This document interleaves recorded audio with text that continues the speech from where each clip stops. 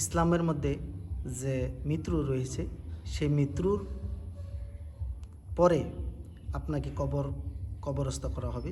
আপনাকে দাফন কাফনের কাজ শেষ করে আপনাকে কবর দেওয়া হবে, অর্থাৎ মাটি দেওয়া হবে কবর খনন করিয়া। তবে কবর খনন করিয়া যেই মাটি দেওয়ার পরে আপনার যে বিষয়টা রয়েছে, আপনার সওয়াল জবাবের সম্মুখীন হবে। প্রত্যেক ব্যক্তি সওয়াল জবাবের সম্মুখীন হবে, যত মুসলমান নর এবং নারী রয়েছে। তবে কোনো ভাই যদি এই বিষয়ে সন্দেহ পোষণ করে যে না, আমার তো সওয়াল জবাব হবে না, আমি তো মরবই না, কারণ এই বিষয়ে যদি কোনো ভাই সন্দেহ পোষণ করে তবে আপনি কিন্তু বেঈমান, আপনি ঈমান আনলেন না। তবে আপনি যদি ঈমান না আনে থাকেন এই বিষয়ে, তবে আপনি কিন্তু ঈমান আনতে হবে। আপনার খুব গুরুত্বপূর্ণ বিষয় কিন্তু এই বিষয়ে আপনি কখনো অবহেলা করবেন না। আপনি কখনো এই বিষয়ে সন্দেহ পোষণ করবেন না যে আপনাকে মৃত্যুর পরে আপনাকে কবর দেওয়া হবে, কবরের পরে আপনাকে কোনো সওয়াল জবাব করা হবে না। এই বিষয়ে আপনি কোনো দিনও সন্দেহ পোষণ করবেন না। কারণ দেখেন ভাই, আপনি দুনিয়ার মধ্যে যে হিসাবে আল্লাহ রাব্বুল আলামিন আপনাকে দুনিয়ার মধ্যে পাঠাইছে, সেই হিসেবে আমাকেও পাঠাইছে। আমিও এই দুনিয়া থেকে যেতে হবে, আপনিও এই দুনিয়া থেকে যেতে হবে। কারণ এই দুনিয়ার মধ্যে আল্লাহ রাব্বুল আলামিন কাউকে স্থায়ী হিসাবে পাঠায় নাই। আপনাকে, আমাকে, সবাইকে দুনিয়ার মধ্যে অস্থায়ী হিসাবে পাঠিয়েছেন।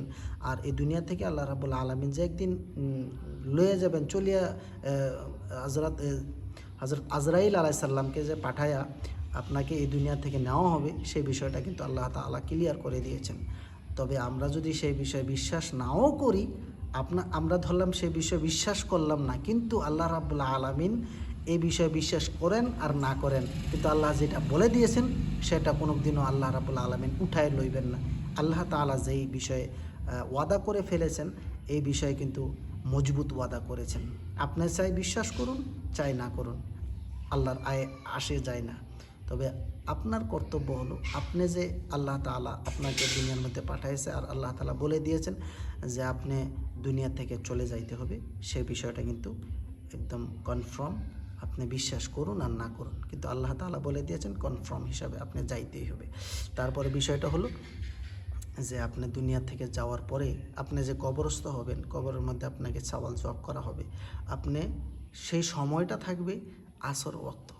যদি কোনো নমাজি, কোনো মুসলমান ঈমানওয়ালা, কোনো ভাই ঈমানওয়ালা বা কোনো বোন, কোনো নারী যদি ঈমানওয়ালা দুনিয়া থেকে ঈমান নিয়ে যাইতে পারে, ঈমানওয়ালা একজন আছে, আবার বেঈমানওয়ালা একজনও আছে। কিন্তু যে নাকি বেঈমান, সে কিন্তু বিশ্বাস করে না আল্লাহ তাআলা কি ইবাদত রয়েছে, আল্লাহ তাআলার নামাজ, হুকুম, আল্লাহ তাআলার যে হুকুম আহকাম রয়েছে সেই বিষয়ে কিন্তু সে কখনো বিশ্বাস করে না। হ্যাঁ, আর বেঈমান ওটাকেই বলে যে বিশ্বাস না করাটাকে। তবে আমি বলবো যে সবাই বিশ্বাস করুন, কারণ দুনিয়া থেকে সবাই যাইতে হবে। তবে কবরের মধ্যে যাওয়ার আগে আগে আপনি দুনিয়া থেকে ঈমান বানিয়ে কবরের মধ্যে যান। কবরের মধ্যে যদি ঈমান নিয়ে যাইতে পারেন তবে আপনার জন্য সুখবর রয়েছে। আর যদি আপনি কবরের মধ্যে বেঈমান হয়ে যান, কোনো ঈমান যদি আপনার সঙ্গে না থাকে, তবে যতই ধন দৌলত দুনিয়ার মধ্যে কামান না কেন, যতই কিছুই করেন না কেন, কিচ্ছু বস্তু আপনার সঙ্গে যাবে না। আপনার সঙ্গে যাবে শুধু আপনার আমল। আপনি কি আমল করলেন, ভালো আমল করছেন না খারাপ আমল করছেন, আপনার এই ভালো বা খারাপ দুটা থেকে আমল আপনার সঙ্গে কোনো একটা আমল যাবে। যদি আপনি ভালো আমল করে থাকেন আপনার সঙ্গে ভালো আমল যাবে, আর যদি আপনি খারাপ আমল করে থাকেন তবে আপনার সঙ্গে খারাপ আমলটা যাবে। আর যদি খারাপ আমল যায় কবরের জিন্দেগির মধ্যে, তবে আপনার জন্য দুর্ভাগ্যজনক। আর যদি ভালো আমল যায় তবে আপনি ভালো ফল পাবেন, আপনার কবরের মধ্যে শান্তিময় জিন্দেগি পাবেন। আর যদি বদ আমল নিয়ে যান, আপনি কবরের মধ্যে আযাব পাবেন, আল্লাহ তাআলা বলে দিয়েছেন। তবে আল্লাহ তাআলা একমাত্র বলে দিয়েছেন ঈমানওয়ালাকে, যে ঈমানওয়ালা দুনিয়া থেকে যদি কোনো ব্যক্তি ঈমান নিয়ে আসতে পারে, তবে কবরের জিন্দেগির মধ্যে আমি আল্লাহ তাআলা ওকে শান্তি দান করব। আর যদি বেঈমান হয়ে দুনিয়া থেকে আসে, তবে আমি ওকে কবরের মধ্যে আসার পরে আমি ওকে অশান্তির জিন্দেগি দান করব। তবে আমরা সেই বিষয়ে অবগত হইয়া, সেই বিষয়ে আমরা ইনশাআল্লাহ সবাই সজাগত হইয়া দুনিয়া থেকে বিদায় হব। আর দুনিয়া থেকে বিদায় হওয়ার পরে যদি আমরা আফসোস করি, আমরা কোনো কাজে আসবে না। আমরা দুনিয়া থেকে যাওয়ার আগে আগে আমরা আফসোস করি, তবে আমরা কাজে আসবো ইনশাআল্লাহ। তবে কবরের মধ্যে যে তিনটা সওয়াল জবাবের সম্মুখীন হবে, সে বিষয়ে আমি বলে দিব।